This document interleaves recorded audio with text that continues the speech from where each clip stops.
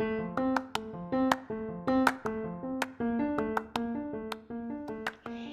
you ever thought about starting your own podcast, you should check out Riverside. Riverside is an online recording studio that lets you record podcasts and video in studio quality from anywhere. And if you click on the affiliated link in the episode description and you buy a subscription, you will also be supporting the podcast. And if you are going to start your own podcast, or you just want to continue to listen to great podcasts, you're going to need headphones or speakers. If you click on the Amazon affiliated link, you can get great deals on headphones and speakers. And if you make a purchase, it will also help support the podcast. And if you ever want to read a book I have mentioned on this podcast, I now have an affiliated link for Bookshop. All the affiliated links that I mentioned will be in the episode description for this episode.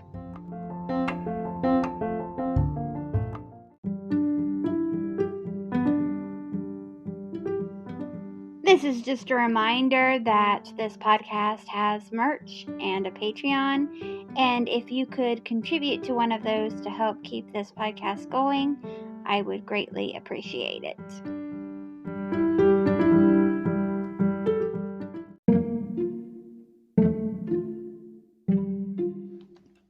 I want you to get an image of a pirate in your head. How does this pirate present themselves? What kind of attitude does this pirate have? Now that you have that pirate in your head, I want you to forget all about them, because I can pretty much guarantee that the pirate in your head is nothing like the pirate I'm going to tell you about today. Because today's pirate is really less of a pirate and more just a midlife crisis. A really dramatic and desperate midlife crisis. Ahoy! My name is Courtney Jewell, and you are listening to the 9th episode of the 3rd season of History Shelf, a podcast about history that proves that sometimes fact is even more interesting than fiction. 'Tis season 3 o' History Shelf, and I have titled this season Yo Ho, A Pirate's Life for Me. In this season be all about pirates, the pirates and scallywags that sailed the 7 seas, and some rivers, looking for booty as they made their travels. Some of these pirates came from humble beginnings, while others surprisingly came from well-to-do families. But no matter where or who they came from, they all had one thing in common. They would be pirates. And for this week, I am talking about Stede Bonnet.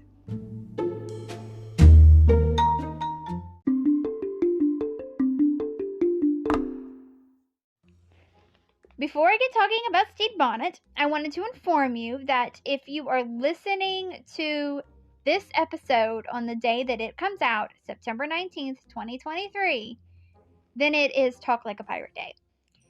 When I was thinking about what the theme for this season would be, I had quite a few ideas.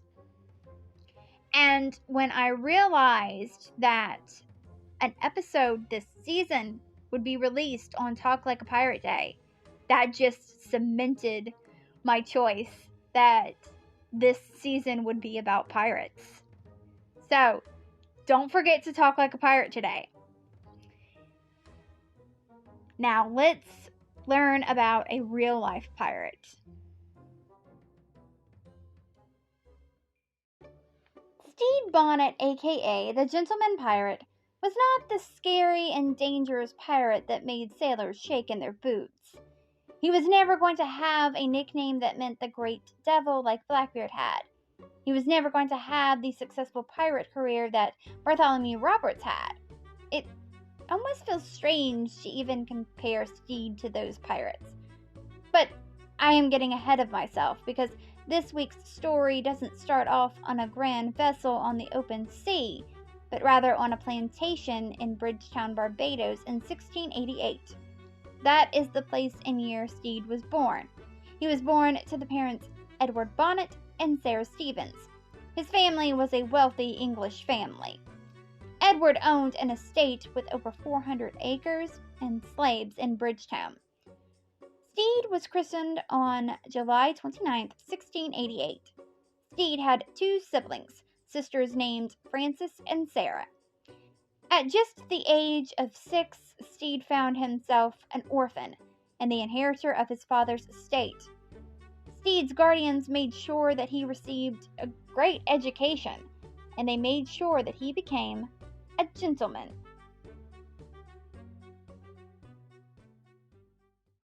On November 21st, 1709, Stede married a woman named Mary Allenby in Bridgetown. Mary was the daughter of a planter, and she came with a nice large dowry. Together they had 4 children, sons Allenby, Edward, and Stede Jr., and one daughter named Mary. Allenby died in 1715. Life for Stede was going well. He had a good place in society, and his plantation thrived. Stede joined the British Army and served in a local militia. He was a major. In January of 1716, he was made a Justice of the Peace. Most men during this time would have killed for the life and status that Stede had, but it was not a life that Stede wanted. Stede went from a man with a family to a man with history's worst midlife crisis. He went from a respectable member of society to a pirate. The reason why Stede turned pirate has baffled people for centuries. There were a few reasons why people became pirates. Some were forced into it, like William Kidd was. I covered him a few weeks ago on this podcast. Some joined pirate crews to avoid slavery. Some did it to rebel against a government. Most of the time, people did it because they needed the money. But Stede had a booming plantation. Now, he wasn't the first well-to-do person to turn to piracy. I have already covered a few people this season that came from well-off families, but they were still pirates. Think back to Jeanne de Cleason or Erica Pomerania. But those situations were fueled by revenge and politics, and those reasons had nothing to do with Stede's story. Some have hypothesized that it was indeed a midlife crisis, that the reason that Stede became a pirate was because he longed for some excitement in his life, and the life on the open sea was just what he needed. Others have theorized that he suffered from mental illness, though it is quite tricky to diagnose people in the past. In the General History of Pirates, it states that the reason for Stede becoming a pirate was to get away from his nagging wife. Now, I have already said in previous episodes that we are unsure with how accurate that text is, so do with that information what you will. Another reason why he may have left his comfy life is, and this honestly sounds like the most logical reason to me, is that his comfy life may have not been so comfortable. He borrowed 1,700 pounds at the beginning of 1717. Since the one person that knows why Stede did what he did has been dead for centuries, we will never know the reason why Stede decided that a pirate's life was the life for him. Stede put legal papers together that allowed his wife and 2 of his friends to conduct his affairs while he took to the sea. In secret, he bought a sloop he named the Revenge, which naming his ship the Revenge just feels like he was trying his hardest to fit into the pirate life, even though it didn't come natural to him. He chose a very stereotypical name for his pirate ship, and it puts me in mind of that Steve Buscemi meme, the one from 30 Rock, where he's saying, "How do you do, fellow kids?"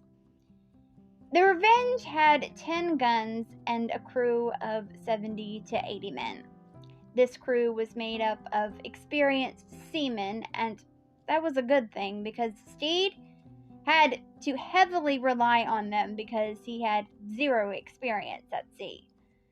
This experienced crew got paid a salary. Most pirates got paid from the loot they plundered, but Stede's men got paid out of Stede's pocket. This was a smart move and probably a necessary one because of Stede's inexperience. Stede assumed the name Captain Edwards. Stede had his ship and his crew, so now he just waited for the right opportunity to leave. The Revenge stayed in the harbor for a few days. And when curious minds asked him about the sloop, he told them that he bought it to begin trading with nearby islands. Then, without a murmur to his family or friends, Stede Bonnet sailed away into the night. And just like that, Stede the gentleman became Stede the gentleman pirate. These were what the flags that Stede Bonnet flew looked like. Stede had a flag that had a skull over a horizontal long bone with a dagger on one side and a heart on the other. Another flag of Stede's was a skull and crossbones. He had one flag that was just a skull, and he would also fly just a plain red flag.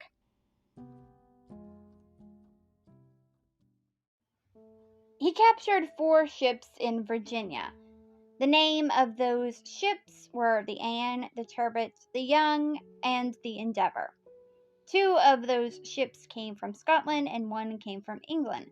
Those ships were free to go on their merry way after Stede was done with them. But the Turbot was from Barbados. That vessel was burned after it was plundered. This would be normal protocol whenever he encountered a ship from Barbados. Every ship from Barbados that Stede plundered was burned afterwards. We don't know if he did this because he hated Barbados or if he did it because he didn't want word to reach home that he had become a pirate. So maybe he didn't want to ruin his good reputation. So he was like the opposite of Blackbeard. A little more on him a little later on. After Virginia, it was off to New York for the gentleman pirate. There he captured another sloop. He didn't stay there long before he headed to South Carolina in August of 1717. On his way there, he captured 2 more vessels. One was a ship carrying sugar from Barbados. Its captain was Joseph Palmer. The second ship was from England. Its captain was Thomas Porter. Of course, the ship from Barbados was burned. Now, when I say he captured these ships, what I mean is his crew captured these ships.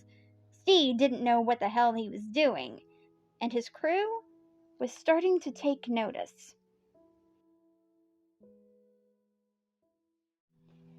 The pirates wanted to set foot on land for a little while. All the money they had gotten was starting to burn a hole in their pockets, so they went to Nassau, Bahamas. I talked a lot about Nassau in the Benjamin Hornigold episode I did a few weeks ago. If you haven't already, you can listen to that episode right now. Nassau became a pirate haven. The island was ran by pirates. There, Stede met fellow pirate Blackbeard. In the episode I did on Blackbeard 2 weeks ago, I said that Stede and Blackbeard met in Honduras. That was because the source I used for the Blackbeard episode said that they met in Honduras, but the source that I used for this episode said that they met in Nassau. I have already said multiple times this season that facts surrounding pirates are a bit muddy, but I definitely believe it deserves me repeating it again.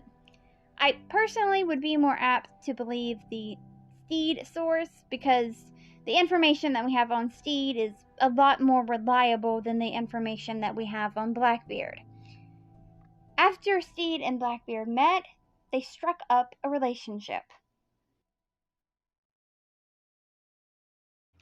If you have ever watched the show Our Flag Means Death, I'm sure you're wondering if their relationship was romantic in nature. I hate to disappoint you, but while same-sex relationships among pirates were not uncommon, there is no evidence of Stede and Blackbeard ever having any romantic relationship with each other. Of course, there is also not any evidence that they didn't have a romantic relationship. So Black Stede shippers, don't let me get in your way for you rooting for your favorite ship and enjoying some fanfic. But back to the real Stede and Blackbeard. They hung around each other for a while. Blackbeard probably hung around Stede to take advantage of the crew Stede had. At this point, Blackbeard had yet to acquire his flagship, the Queen Anne's Revenge, though Blackbeard did have his own ship, and Stede joined him on it. And Stede gave Lieutenant Richards temporary control of the Revenge. Blackbeard had actually convinced Stede to give up command, and he framed it as a way for Stede to kick back and relax. Together they sailed to Honduras and the Grand Cayman Islands. On their way to the east coast of the American colonies, they took about a dozen ships, Stede and Blackbeard. When they reached North Carolina, they had a fleet of 4 ships and a crew of anywhere from 300 to 400 men. But Stede wasn't stupid. He knew that he was basically a prisoner of Blackbeard. He knew that he didn't have the power to fight him. There was no way that he could regain power of the Revenge, and he knew that his men probably preferred Blackbeard as their captain. While they were on the coast of North Carolina, Blackbeard told Stede that he was going to seek a royal amnesty that was being offered to pirates. Blackbeard was lying, but Stede didn't know that Blackbeard was lying. At least, he didn't know it at the time. Stede thought that a royal amnesty sounded like a good idea, so he was like, you know what, I'm going to get me one of those too. Stede was actually starting to feel shameful for his pirate ways. He wanted a fresh start in Spain or maybe Portugal. When Stede went to return to Blackbeard's ship, the Avenger, he found that Blackbeard was gone, and with Blackbeard was Stede's booty. Stede then searched for Blackbeard with no results.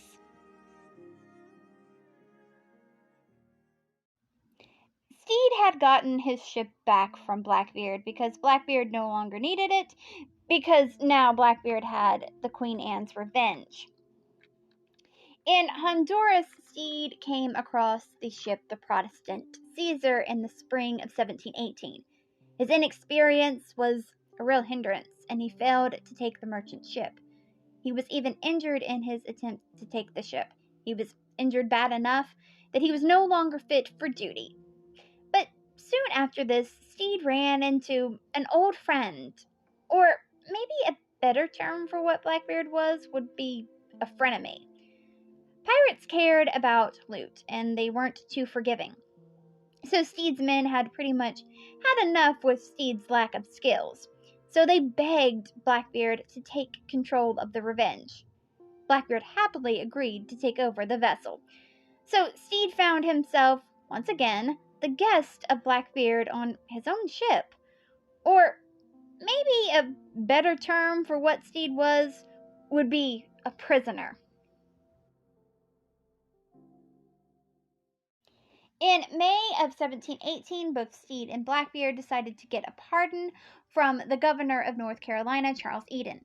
In 1718, King George I was desperate to put an end to the pirates that were plundering the seas.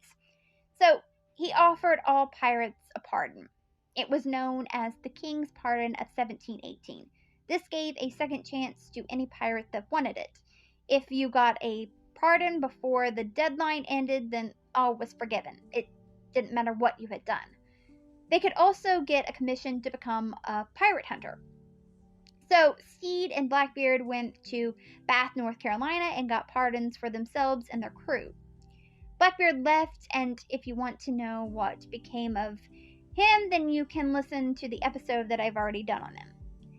Stede, however, stayed behind. He wanted to become a privateer. Remember, I have already said on a few episodes that a privateer is a pirate with permission to be a pirate. He was told that he could go to St. Thomas and he would be given a privateer's commission. But there was a problem. When Stede returned to the Revenge, he found that Blackbeard had stripped the ship clean. No honor among thieves, right? The only good thing that came out of Blackbeard betraying him yet again was this time his crew hated Blackbeard too. They wanted revenge. Shortly after they took off, they found about 20 men that had been marooned on a sandbar. These men were Blackbeard's. They were men that Blackbeard left behind on purpose because he didn't want to share his treasure with them. So now these men also hated Blackbeard, and so the men joined Stede's crew. Stede had heard that Blackbeard was in Ocracoke, but when he got there, he didn't find him. Fate would never again cross the paths of Stede Bonnet and Blackbeard. So it was off to St. Thomas. Yo ho, a privateer's life was for Stede. Well, at least he wanted it to be. They had no supplies because Blackbeard had taken all their supplies. They couldn't buy more supplies because Blackbeard had taken their money.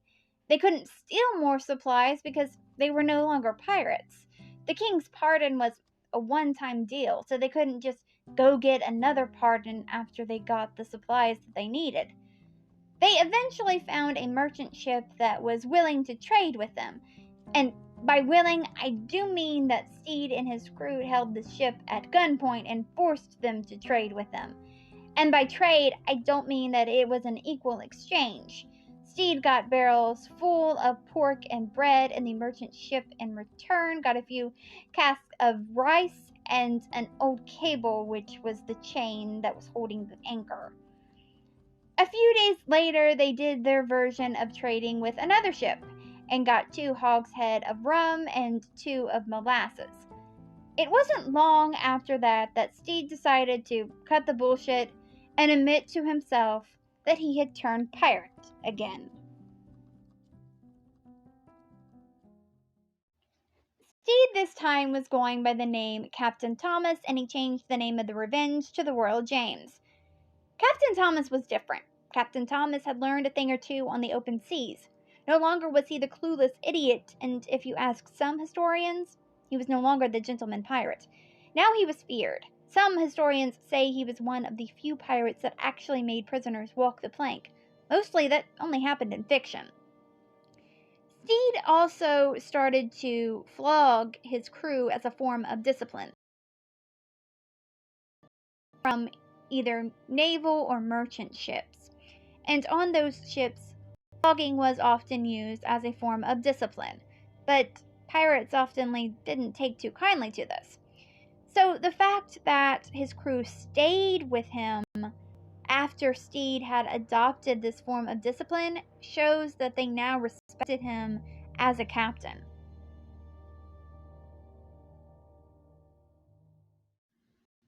Stede plundered the waters of North and South Carolina. He went up to Virginia and as far north as Delaware. He captured almost a dozen ships. On July 2nd, 1718, he took the sloop the Fortune off of the coast of Delaware Bay. This was not Bartholomew Roberts' ship. 2 days later, he took the sloop the Francis. These ships joined his fleet. The fleet then sailed to Cape Fear River. He had plans to stay there for a while because hurricane season was upon them. Governor Charles Eden was quick to forgive pirates and play stupid when pardoned pirates just happened to magically come across some valuable cargo. And he wasn't the only official to do this. Some officials were even pirates themselves during this time in American history, but that didn't mean every official turned a blind eye to piracy. The governor of South Carolina, Robert Johnson, wanted the pirates dealt with. He ordered Colonel William Rhett to arm 2 pirate hunters to wipe out the pirates terrorizing the colonies. No one knows if William made it his mission to go after Stede, or it was just Stede running into bad luck when William came upon Stede's fleet. Some believe that William was actually looking for the pirate Charles Vane. I mentioned Charles in the Benjamin Hornigold episode. Charles was known to be a very cruel pirate. William had set sail for Cape Fear on 2 sloops, the Henry and the Sea Nymph. On September 26, 1718, William arrived in Cape Fear. Both of William's ships ran aground and was anchored for the night. Stede was curious about the ships, so he sent a boat to go check it out. When the boat came back and told him what the ships were, Stede got ready for a fight. The next day, the fight happened. Stede wanted to sail past them into the ocean. William's ships and the Royal James, formerly known as the Revenge, hit shallow water. The gunfight that ensued did not go in Stede's favor, and allegedly Stede wanted to blow up his ship instead of being captured, but his men stopped him and they surrendered. Stede and 33 of his men had survived the battle, and they were arrested and taken to Charlestown. Because Stede was a gentleman, he got special treatment, and he stayed in the house of the provost marshal. On October 24, 1718, Stede escaped his capture, but his freedom was short-lived. He was captured again 4 days later. It was suspected that the provost marshal had aided Stede in his escape because he was a fellow Barbadian, and the provost marshal was dismissed. 29 of 33 of Stede's men were found guilty of piracy, and they were hanged on November 18, 1718. Stede's trial began a few days later, and he was found guilty and sentenced to be hanged. Stede begged and pleaded for mercy. His supporters also asked Governor Robert Johnson to commute his sentence. Stede blamed Blackbeard for his piracy. He moved many to his side. Even William Rhett said that he would travel with Stede to England for a new trial, but the governor was not persuaded. A scared and semi-conscious Stede made his way to the gallows on December 10, 1718, holding on to a faded bouquet of flowers. The crowd looked to Stede with pity. His body was left hanging for a few days, then it was cut down and buried beyond the low water mark. Today there is a plaque near the spot where Stede was hanged. It reads, quote, "Near this point in the autumn of 1718, Stede Bonnet, notorious gentleman pirate, and 29 of his men, captured by Colonel William Rhett, met their just deserts. After a trial and charge famous in American history by Chief Justice Nicholas Trott, all were buried off White Point Garden, in the marshes beyond low water mark." End quote. Stede has shown up in a few novels. Marcel Schwab wrote the book Imaginary Lives about Stede Bonnet.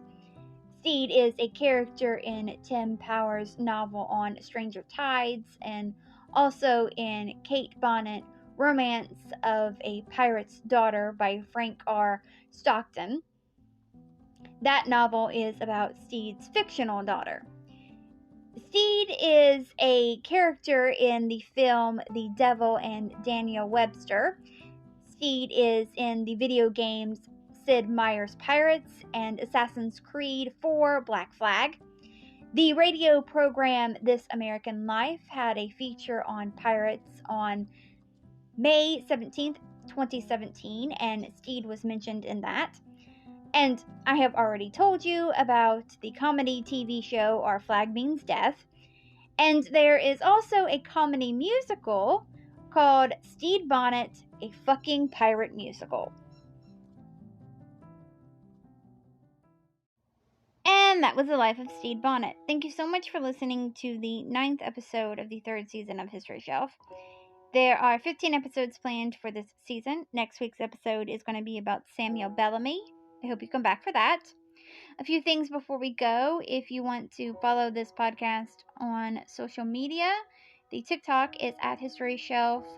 The Instagram is at history_shelf_pod. The Twitter is at History Shelf Pod. The Facebook page is History Shelf Podcast. And the Snapchat is History_Shelf. If you want to help out this podcast financially, there are a few ways you can do that. One is you can buy merch from the History Shelf merch store. You can also become a Patreon. This podcast is always going to be free, but there are some perks that come along with becoming a Patreon.